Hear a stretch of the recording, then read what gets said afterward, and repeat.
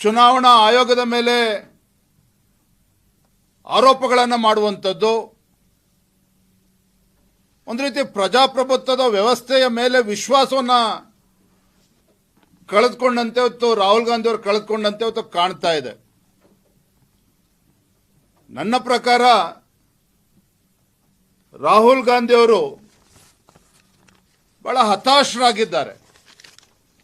ಪಾಪ 2014ರಿಂದಲೂ ಸಹ 2014ರ ಲೋಕಸಭಾ ಚುನಾವಣೆ ಇರ್ಬೋದು, 2019ರ ಲೋಕಸಭಾ ಚುನಾವಣೆ ಇರ್ಬೋದು, 2024ರ ಲೋಕಸಭಾ ಚುನಾವಣೆ, ಅಂದರೆ ಸತತ ಸೋಲುಗಳಿಂದ ಹತಾಶರಾಗಿರ್ತಕ್ಕಂಥ ರಾಹುಲ್ ಗಾಂಧಿಯವರು ಎಲ್ಲ ಒಂದು ಕಡೆ ತಮ್ಮ ನಾಯಕತ್ವದ ಬಗ್ಗೆ ಇವತ್ತು ರಾಹುಲ್ ಗಾಂಧಿ ಅವರೇ ವಿಶ್ವಾಸವನ್ನು ಕಳೆದುಕೊಂಡಂತೆ ಕಾಣ್ತಾ ಇದೆ.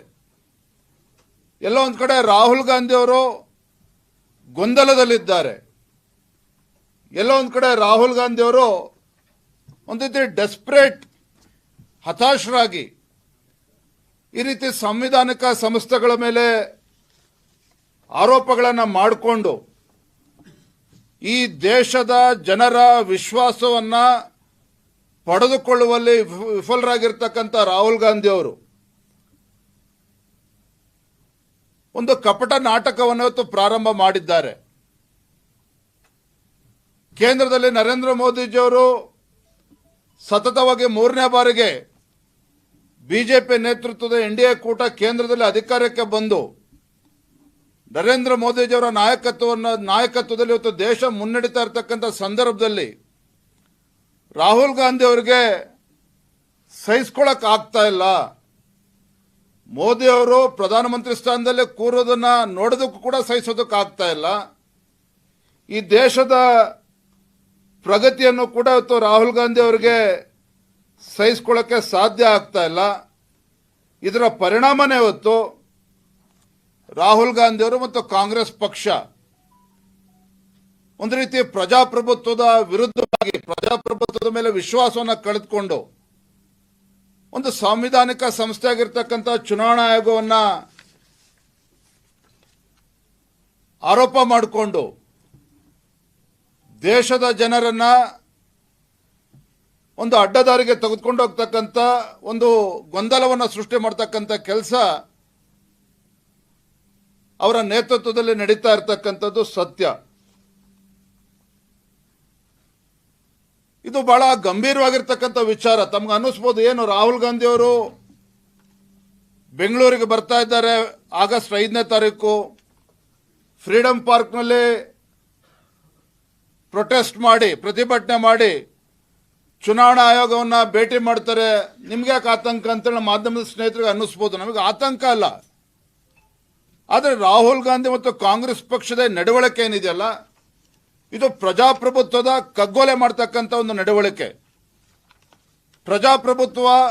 ಪ್ರಜಾಪ್ರಭುತ್ವದ ವಿರೋಧಿ ನಡೆ ಇವತ್ತು ರಾಹುಲ್ ಗಾಂಧಿ ಅವ್ರದ್ದು, ಕಾಂಗ್ರೆಸ್ ಪಕ್ಷದ್ದು. ಏನು 1975ರಲ್ಲಿ ಅಂದಿನ ಪ್ರಧಾನಮಂತ್ರಿ ಇಂದಿರಾ ಗಾಂಧಿ ಅವರು ಏನು ತುರ್ತು ಪರಿಸ್ಥಿತಿಯನ್ನು ದೇಶದ ಮೇಲೆ ಹೇರಿದ್ರು, ಅಂಥದೇ ಒಂದು ಸಂದರ್ಭವನ್ನ ಇವತ್ತು ಸೃಷ್ಟಿ ಮಾಡೋದಕ್ಕೆ ಹೊರಟಿದ್ದಾರೆ ಅನ್ನೋದನ್ನ ನಾನು ಈ ಸಂದರ್ಭದಲ್ಲಿ ಹೇಳೋದಕ್ಕೆ ಇಚ್ಛೆ ಪಡ್ತೇನೆ.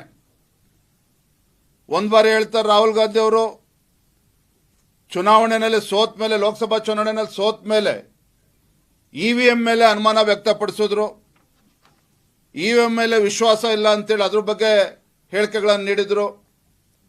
ಹಿಂದೆ ಮಹಾರಾಷ್ಟ್ರ ಚುನಾವಣೆಯಲ್ಲಿ, ಆ ಚುನಾವಣೆಯಲ್ಲೂ ಕೂಡ ಸೋತ ನಂತರದಲ್ಲಿ ಅಲ್ಲೂ ಕೂಡ ಇದೇ ರೀತಿ ಚುನಾವಣಾ ಆಯೋಗದ ಮೇಲೆ ಆರೋಪವನ್ನು ಮಾಡಿದ್ರು. ಎಲೆಕ್ಷನ್ ಕಮಿಷನ್ ಏನಾದ್ರು ಪ್ರೂಫ್ ಇದ್ರೆ ತಗೋಬನ್ನಿ ಅಂತ ಹೇಳಿದಾಗ ಎಲೆಕ್ಷನ್ ಕಮಿಷನ್ ಹೋಗಿ ಭೇಟಿ ಮಾಡೋದಿಲ್ಲ. ಹಾಗಾಗಿ ಇವತ್ತು ರಾಹುಲ್ ಗಾಂಧಿ ಅವರ ನಡವಳಿಕೆ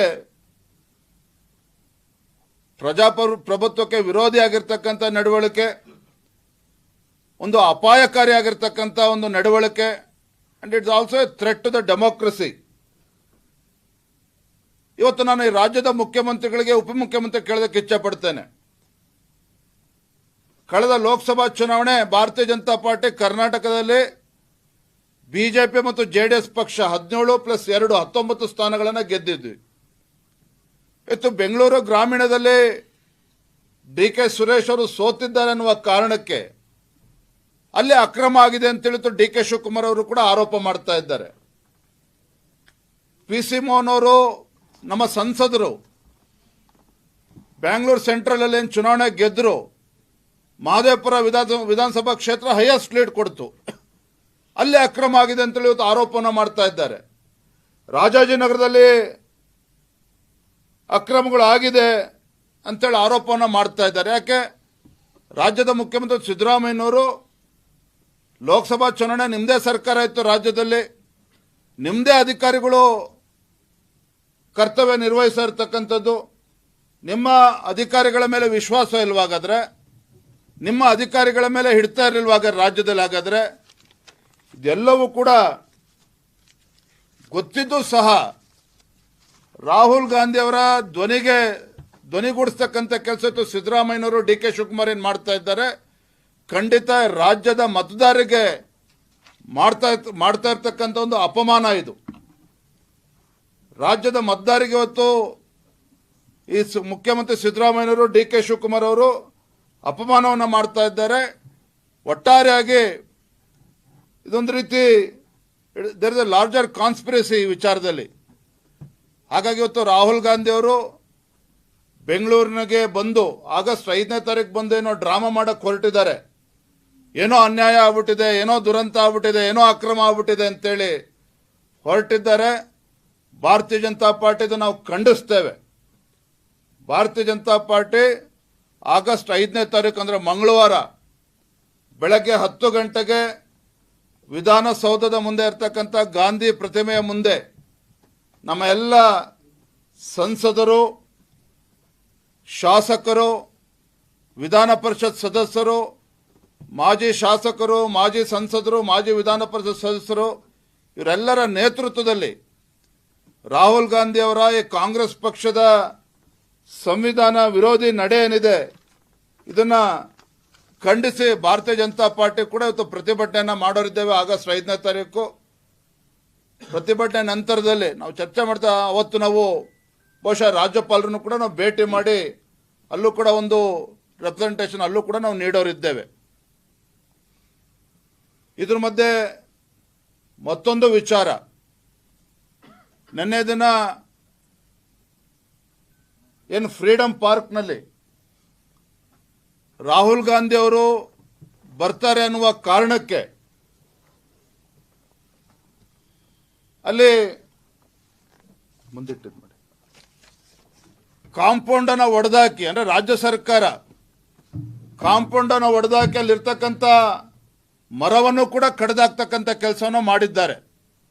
ಹಾಗಾಗಿ ನಾನು ಇವತ್ತು ಆಗ್ರಹ ಮಾಡ್ತಾ ಇದ್ದೇನೆ, ರಾಹುಲ್ ಗಾಂಧಿ ಅವರ ಆದಿಯಾಗಿ ರಾಜ್ಯದ ಮುಖ್ಯಮಂತ್ರಿಗಳು ಕೂಡ ಇವತ್ತು ಕ್ಷಮೆಯನ್ನು ಯಾಚಿಸಬೇಕು ರಾಜ್ಯದ ಜನತೆಗೆ. ಇವತ್ತು ರಾಹುಲ್ ಗಾಂಧಿ ಅವರು ಬರ್ತಾರೆ ಅಂತ ಹೇಳಿ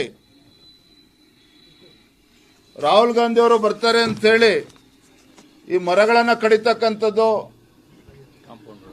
ಕಾಂಪೌಂಡನ್ನು ಒಡೆದಾಕಿರ್ತಕ್ಕಂಥದ್ದು ಇದು ಖಂಡಿತ ಇದು ಅಪರಾಧ. ಇದು ಬೇರೆ ಸಾರ್ವಜನಿಕರು ತಮ್ಮ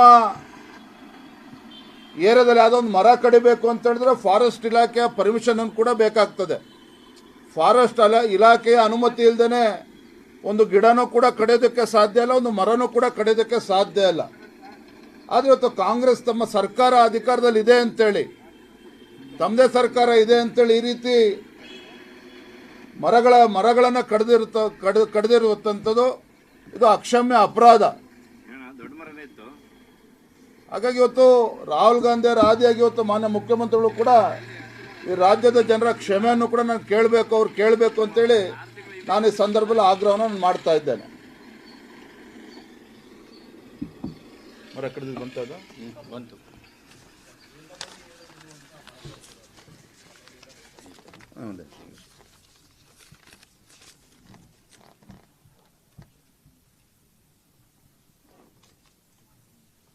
Congress party under the leadership of Rahul Gandhi, they have been alleging malpractices. They have been alleging that election commission has been misused by Bharatiya Janata Party in Lok Sabha elections and also in several other state assembly elections. According to me, Rahul Gandhi, who is very desperate, who seems to be very confused, after Rahul Gandhi lost 3 parliamentary elections consecutively, they have been blaming Narendra Modi ji government. Now they have lost confidence on democracy. Now they have lost confidence on election commission also. I demand Rahul Gandhi, if at all, if they have any proof,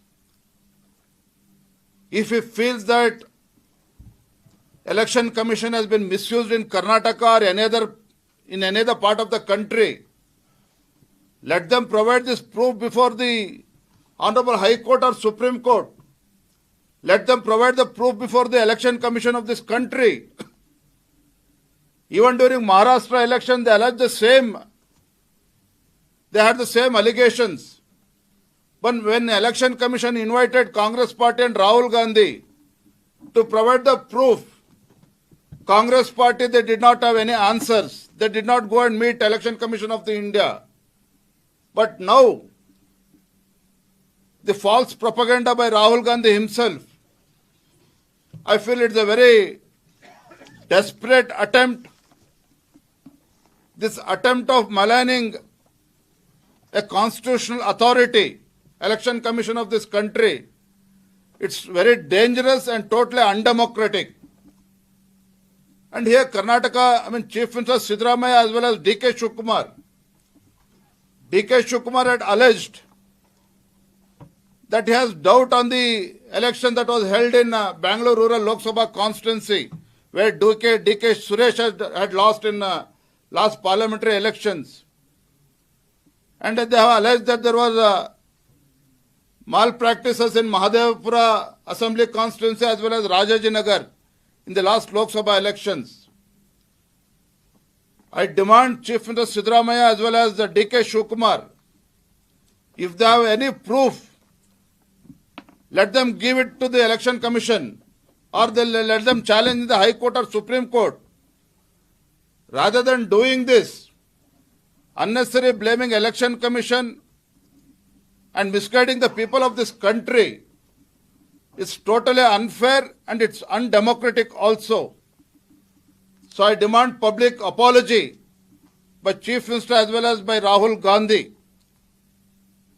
Rahul Gandhi is coming to Bangalore on August 5th. Congress party is protesting at Freedom Park and they are giving a representation to the election commission. Bharatiya Janata Party, we have taken this issue very seriously because it is an insult to the voters of this state as well as this country. So Bharatiya Janata Party, all our MPs, all our MLA, MLCs, and all our former MPs, MLA and MLCs will be protesting before Gandhi statue near Vidhan Saudha on August 5th at 10 a.m. We want to highlight the attitude of the Congress party before the people of Karnataka. We want to expose Rahul Gandhi and also the Congress party who repeatedly busy in misguiding the electorate, the voters. So we will expose the Congress party. Hence we have decided to protest against the Congress attitude on August 5th in Bangalore.